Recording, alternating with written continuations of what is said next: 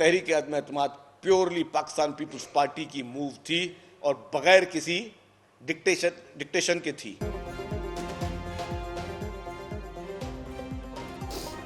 GDA हो या JUI, अवाम में नहीं उनकी पजीराई। रहनुमा पीपल्स पार्टी शजील मेमन का नाकाम उम्मीदवारों को दोबारा मुकाबले का चैलेंज। कहते हैं मैं अपनी निशस्त से इस्तीफा देता हूँ, आओ दोबारा मुकाबला करते हैं। GDA को अवाम ने मुस्तरद किया। सईद गनी ने अपने बयान में कहा कि पीर पगारा अवाम के मुस्तरद टोले के हाथों में खेल रहे हैं। पीर पगारा को मुरीद नजराना जरूर देते हैं मगर वोट नहीं। GDA वाले अपनी शिकस्त का बदला अवाम को तकलीफ देकर ले रहे हैं।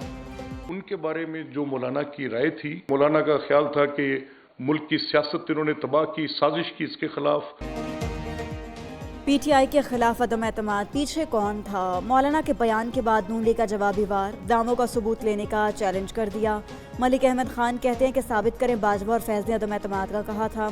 वो मीटिंग किसके साथ हुई, किसको कहा गया? क्या ये मौलाना के साथ हुई थी? मौलाना तो अदम एतमाद में तख़ीर पर नाराज़ थे। जनरल बाजवा ने तहरीक अदम एतमाद की मुखालफत की।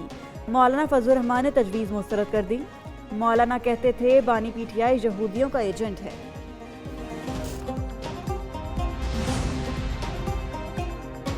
PDM की हुकूमत में आने के बाद जब उनको वजारतें मिली, निगरान हुकूमत में उनको वजारतें मिली, सब कुछ मजे लूटने के बाद आज उनको ख्याल आया कि उनके साथ बहुत बड़ी ज्यादती हुई है। मौलाना के बयान पर पीपल्स पार्टी भी बेकरार। फजलुर रहमान सियासत का चला हुआ कारतूस करार। रहनुमा पीपल्स पार्टी फैसल करीम कुंडी कहते हैं तहरीक अदम एतमाद का सबसे ज्यादा फायदा मौलाना ने उठाया। मौलाना सियासत में नहीं आ रहे, सियासत से जा रहे हैं। सरबराह JUI कह रहे हैं कि उनका मैंडेट चोरी किया गया। बताएं उनका मैंडेट चोरी करके किसको दिया गया?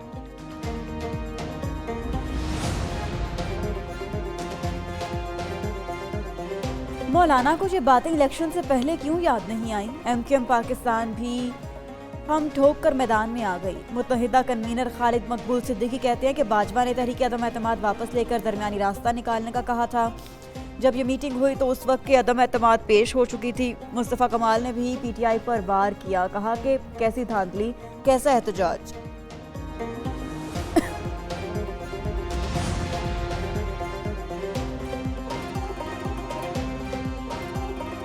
PTI से मिले हैं तो आपको तकलीफ क्यों? JUI साबिक खलीफों के सवालात पर तिलमिला उठी। JUI रहनुमा हाफिज हमदुल्ला कहते हैं कि पीपल्स पार्टी रात की तारीकी में बानी PTI से जेल में मुलाकात के लिए मिन्नतें करती रही। कुछ लोगों ने सुबह आगाज बिस्मिल्लाह की बजाय मौलाना फजलुर रहमान पर तनकीद से किया। अभी खेल शुरू ही नहीं हुआ, पहले ही बॉलिंग शुरू कर दी। मलिक अहमद खान मौलाना को चैलेंज नहीं दे सकते, बड़े और छोटे मियाँ में से कोई आगे बढ़ने की हिम्मत करे। हमारे हाथ पाँव बांध के हमें पोलिंग बूथ में भेजा गया, इसके बावजूद भी बड़ा दनाटेदार थप्पड़ इनको पड़ा है। तो लिहाजा ये शायद कबूतर उड़ाने ही आए थे। क्या मौलाना तहरीक इंसाफ के हो गए? एक होकर एहतजाज का ऐलान। शेर अफजल मरवत कहते हैं कि एक सियासी जमात के पास गए थे, वो कोई भारतीय नहीं। इंतखाबात से मुतल्लिक़ खदशात पर JUI ने हमारे मौक़िफ़ की तायद की। हमें हाथ पाँव बांध कर पोलिंग स्टेशन भेजा गया। नवाज शरीफ सिर्फ कबूतर उड़ाने आए थे। उधर बाबर अवान ने बानी PTI को फौरी रिहा करने का मुतालबा कर दिया। कहा कि हमारी एक एक करके सीट चोरी की जा रही है।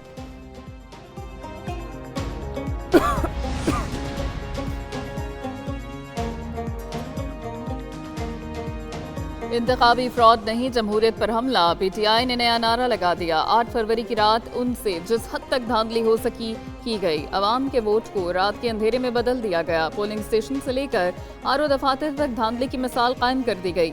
PTI रहनुमा सलमान अकरम राजा की न्यूज़ कॉन्फ्रेंस। रऊफ हसन ने कहा कि PTI को 85 सीटों पर धांधली से हराया गया। डेटा इकट्ठा कर रहे हैं, सब कुछ मीडिया के सामने रखेंगे। रेहाना डार बोलिंग के फॉर्म 45 के मुताबिक सियालकोट की नशिस्त से वो कामयाब हुई। PTI की न्यूज़ कॉन्फ्रेंस में शदीद बदनज़मी, स्टेज से बार बार खामोश रहने के ऐलानात, कारकुनों की धक्कमपेल। अलीमा खान अपनी नशिस्त से उठ गए। स्टेज पर रऊफ हसन और शेर अफजल मरवत आमने सामने। शेर अफजल मरवत जबरदस्ती स्टेज पर चढ़ गए। सीमाबिया ताहिर से स्टेज की जिम्मेदारी भी ले ली। खुरम शेर जमान के खिताब के दौरान पार्टी रहनुमा खुशखपियों में मसरूफ रहे। मौलाना साहब के साथ काम किया है, जिन मौलाना साहब को मैं जानती हूँ, ये इत्तेहाद मुझे होता हुआ नजर नहीं आ रहा। किसके फॉर्म 45 असली किसके नकली, पीटीआई के इल्जामात पर नून लीग का वाइट पेपर लाने का ऐलान। केपी में कूड़ेदानों से शेर पर मोहर लगे बैलेट पेपर्स मिले। तर्जुमान मुस्लिम लीग नून मरियम औरंगजेब का दावा, कहा कि पीटीआई ने इलेक्शन कमीशन में असल फॉर्म 45 के बजाय स्क्रीन शॉट कराए।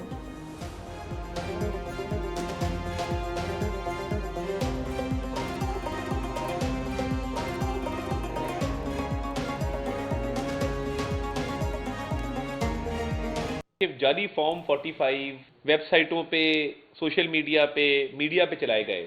जब प्रिजाइडिंग अफसर ओरिजिनल लेके आया तो उसको डिस्प्यूट नहीं किया गया। मेरा स्पीकर नहीं मेरा स्पीकर, मुस्लिम लीग नून और पीपल्स पार्टी आईना ओहदा लेने के लिए अड़ गए। दोनों जमातों के मुज़ाकरात डेडलॉक का शिकार। कौमी असम्बली के स्पीकर की सीट पर ताहाल हतमी फैसला न हो सका। आज मुस्लिम लीग नून नवाज शरीफ की ज़ेर सदारत इजलास। नवाज शरीफ की ज़ेर सदारत जाती उमरा में अहम इजलास। अंदरूनी कहानी भी सामने आ गई। चंद अरकान का वफाकी हुकूमत ना लेने का मशवरा। इसहाक डार ने ब्रीफिंग दी। आज़ाद अरकान को साथ मिलाकर पंजाब में तादाद 157 हो गई।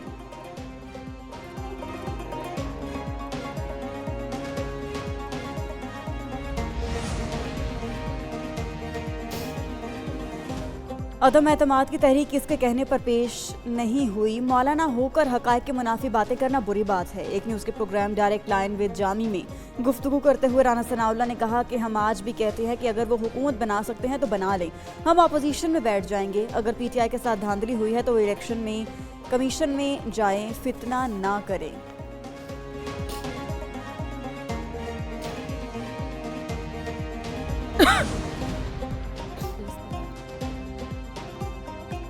नून लीग की नामजद 2 वज़ीर आला पंजाब मरियम नवाज इन एक्शन। ओहदा संभालने से पहले ही इंतजामी उमूर में मुतहरिक चीफ सेक्रेटरी पंजाब समेत दीगर इंतजामी अहदेदारान से मुलाकातें। चीफ ऑर्गेनाइजर नून लीग ने कौमी खजाने पर बोझ बनने वाले मनसूबों की रिपोर्ट तलब कर ली। चीफ सेक्रेटरी की पंजाब में जारी मनसूबों और इंतजामी मामलात बारे ब्रीफिंग। मरियम नवाज ने मुफाद आमा के मनसूबों पर काम जारी रखने की हिदायत कर दी।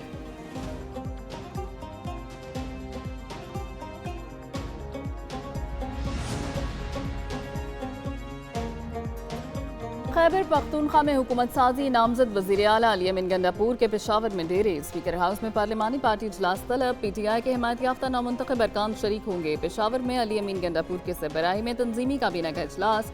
तैमूर झगड़ा, कामरान बंगर समेत दीगर पार्टी रहनुमाओं की शिरकत। सियासत और सूबे के अमूर पर गुफ्तगू।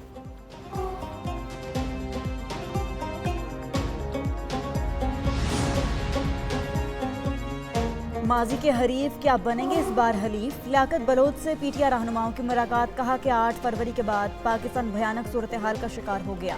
आइन के तहफ़्फ़ुज़ के लिए सबको एक होने की ज़रूरत है। लतीफ़ खोसा का नायब अमीर जमात इस्लामी लियाकत बलोच को फ़ोन।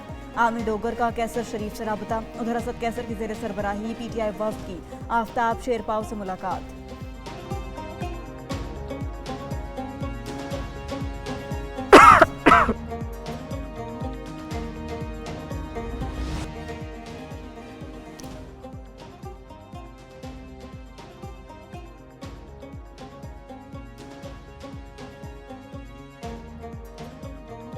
क्या इंतखाबात दोबारा होंगे? केस सुप्रीम कोर्ट पहुंच गया। अदालत उज़्मा में आम इंतखाबात कलअदम करार देने की दरख्वास्त समाअत के लिए मुकर्रर।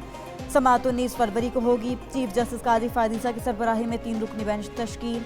जस्टिस मोहम्मद अली मजहर और जस्टिस मुसरत हलाली बेंच का हिस्सा। अदालत ने फरीकैन को नोटिस जारी कर दिए। सुप्रीम जुडिशल काउंसिल में मुस्ताफी जज मज़ाहिर नकवी के खिलाफ शिकायत पर कार्रवाई। कमीशन का मज़ाहिर नकवी के बेटों को बतौर गवाह समन न करने का फैसला। सुप्रीम जुडिशल काउंसिल में सरकारी प्लॉट्स के अलॉटमेंट से मुताल्लिक़ 4 गवाहान के बयानात कलमबंद। कार्रवाई गैर मुअय्यना मुद्दत तक मुलतवी। उधर मज़ाहिर नकवी ने कार्रवाई रोकने के लिए सेक्रेटरी जुडिशल काउंसिल को खत लिखा। इस्लामाबाद की नन्ही मुलाजमा को इंसाफ की तरफ पहला कदम। तशद्दुद केस में सिविल जज आसिम हफीज की अहलिया मुलजिमा सौमिया आसिम पर फर्द जुर्म आयद कर दी गई। मुलजिमा का सहत जुर्म से इनकार। District and session court Islamabad ने सौमिया आसिम के खिलाफ ट्रायल का बाकायदा आगाज कर दिया। अगली समाअत पर गवाहान को बयान रिकॉर्ड कराने के लिए तलब कर लिया। केस की मजीद समाअत 20 मार्च को होगी।